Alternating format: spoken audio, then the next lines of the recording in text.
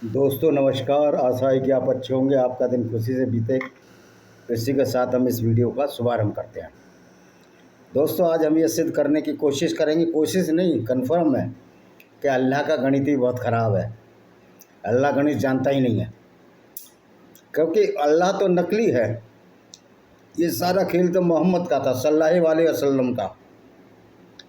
जब इनके सल्लल्लाहु अलैहि वसल्लम ऐसे हों तो असीम मुनीर और शाहबाज शरीफ कैसे अच्छे हो सकते हैं।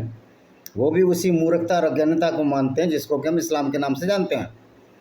तो ये अन-निसा चैप्टर 4 की आयत नंबर 11 है और फिर 12, दोनों में हम साबित करेंगे कि अल्लाह अज्ञानी है। पहले 11 पढ़ लेते हैं। छोटा सा वीडियो बनेगा 10-1 मिनट का। अल्लाह तुम्हें तुम्हारी संतान के विषय में निर्देश देता है कि लड़के के लिए 2 लड़कियों के बराबर हिस्सा है, यानी कि अगर लड़के का हिस्सा 2 लड़कियों के बराबर होगा, मान लिया एक लड़की है और 2 लड़के हैं, तो लड़के को 50% और लड़कियों को 25-25% मिलेगा। बात समझ में आ गई आपके? लड़कियों का आधा आधा 25-25% और लड़के को 50%, यानी लड़के को दुगना मिलेगा। अब ये देखिए, इसका गणित यहाँ फेल हो जाता है। और यदि, ये आयत ही पढ़ रहा हूँ मैं, और यदि बेटियाँ हों 2 या अधिक तो उनके लिए व्यक्ति के माल का 2/3 हिस्सा है। अगर 2 बेटियां हैं, मान लिया, पहले 2 से ही मानते हैं, तो 67% उसको मिलेगा।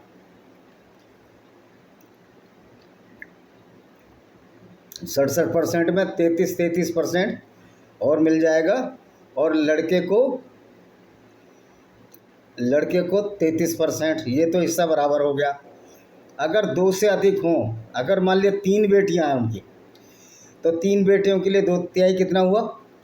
67%, यानी कि, और 100 का 67 ही हुआ ना, 2/3, 2/7, 67%। 67% में 3 बेटियां हैं, तो अब कितना कितना आया? 3 दूनी 6, तो अब 22% हिस्सा रह गया। यानी कि बेटियों को 22% 66%, और लड़के को अकेला उसको बचा 33%। यानी कि लड़कियों के हिसाब से उसको 44% मिलना चाहिए था, लेकिन यहाँ लड़कियों को मिल रहा है 22%, तो लड़के को डबल मिलना है ना, तो लड़के के पास बचा ही नहीं, उसको रह गया 33%, यानी 11% कम। और यदि एक ही हो तो उसके लिए आधा, और यदि बेटियां एक हों तो उसके लिए आधा। अगर एक बेटी और एक बेटा है तो भाई 100 को कैसे बांटोगे आप? 2 बेटियों में तो बांट दोगे। अब 100% को एक बेटे और एक बेटी, तो जो लड़के को मिलेगा, लड़के को मान ली 67% मिलेगा, और 33% फिर लड़की को मिलेगा। लेकिन 2 बेटियों से अधिक हो तो फिर कैसे बांटोगे? और यदि माता पिता के लिए व्यक्ति के माता पिता के लिए संतान हो, और जो भाई बहन है उनमें से प्रत्येक को उसकी संपत्ति का 6ठा भाग। अब उसमें से प्रत्येक में से 6ठा भाग देना है। तो पहले अगर मान लिया 6 भाई हैं और प्रत्येक में उसकी संपत्ति 100 है, तो 16 छिक्कम 96, सारा ही बट गया। तो बेटे और बेटी के लिए कुछ बचा नहीं, घंटा महादेव का नहीं बचा, क्योंकि पहले उनको देना जो बड़े हैं। लेकिन यदि उसके कोई संतान न हो तो माता पिता ही उससे विरासत प्राप्त करें, जो उसकी माँ के लिए 1/3 है। माँ को 33% मिलेगा। अगर उसके 2 लड़के हैं तो दोनों को 67% मिल जाएगा, लेकिन अगर 3 लड़के हुए तो क्या मिलेगा? कुछ भी नहीं। तो अल्लाह का गणित ही खराब है। और यदि उसके भाई हो किसी व्यक्ति, तो उसकी माँ के लिए 1/6 भाग है। अगर भाई हो तो माँ के लिए 1/6 भाग है, आधा कर दिया। चाहे उसने कोई वसीयत की हो या ऋण लिया हो, बिक्विस्ट किया हो, तुम्हारे माता पिता और तुम्हारी संतान, तुम नहीं जानते उनमें से कौन लाभ के मामले में तुम्हारे सबसे अधिक निकट है। ये अल्लाह द्वारा लगाई दाद। निसंदेह अल्लाह सर्वज्ञ और तत्वज्ञानी है। अब अल्लाह सर्वज्ञ भी है, तत्वज्ञानी भी है, लेकिन उसका हिसाब गलत है। 12वीं आयत क्या कहती है? और यदि तुम्हारी पत्नियां जो कुछ छोड़ती हैं, अगर पत्नी कुछ छोड़ती है और यदि उनके कोई संतान न हो, तो उसमें से आधा तुम्हारे लिए है, यानी आपकी वाइफ है, आप आधा तुम्हारे लिए होगा। और आधा किसके लिए होगा? इसके कोई वो नहीं है। और यदि उनके कोई संतान हो और जो कुछ छोड़ते हैं उसका 1/4 हिस्सा तुम्हारे लिए। अगर उसके एक लड़का है तो तुमको 25% मिलेगा और लड़के को 75%, मतलब पति को 25%। चाहे वो वसीयत करें या कोई ऋण में भी उतना हिस्सा है। और यदि तुम पर कोई संतान न छोड़े तो पत्नियों के लिए चौथा हिस्सा है। अगर वो संतान ना छोड़े, 4 बीवियाँ रखते हैं तो पत्नियों के लिए 3/4 हिस्सा, 3/4 हिस्सा तुम्हारे लिए, और 3 पत्नियों के लिए, और चौथा हिस्सा आपके लिए, 1/4। और यदि कोई पुरुष या स्त्री न कोई पूर्वज छोड़े न कोई वंशज, परंतु उसका कोई भाई बहन हो, तो उसमें से प्रत्येक के लिए 6वां हिस्सा। अगर कोई भाई बहन है तो प्रत्येक के लिए 6वां हिस्सा है, 1/6 हिस्सा है। लेकिन ये तो बताओ मियाँ जी, अगर 6 हैं तो बराबर बढ़ जाएगा, बाकी 2 में कैसे बटेगा?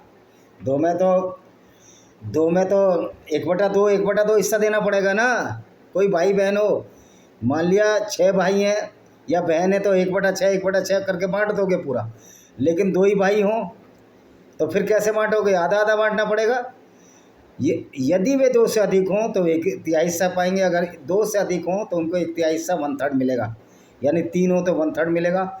तो भाई 1/3 तो मिलेगा, 2/3 किसको जाएगा? इसलिए अल्लाह का गणित ही फेल है। चाहे वो वसीयत करें या कोई ऋण, जब तक कि कोई हानि न हो, अल्लाह का आदेश है। अल्लाह जानने वाला और सहनशील है। देखो, तो अल्लाह का ये गणित है जो किसी की समझ से बाहर है। फिर 11वीं आयत में बता देता हूँ, अल्लाह तुम्हें तुम्हारी संतान के विषय में निर्देश देता है कि लड़कियों के लिए 2 लड़कियों के बराबर हिस्सा, यानी लड़के का ज़्यादा। तो यहाँ अल्लाह 2 हाथ कर रहा है। 2 हाथ जानते हो, भेदभाव कर रहा है। यदि बेटियाँ हों 2 या अधिक तो उनके लिए माल का 2/3 हिस्सा है।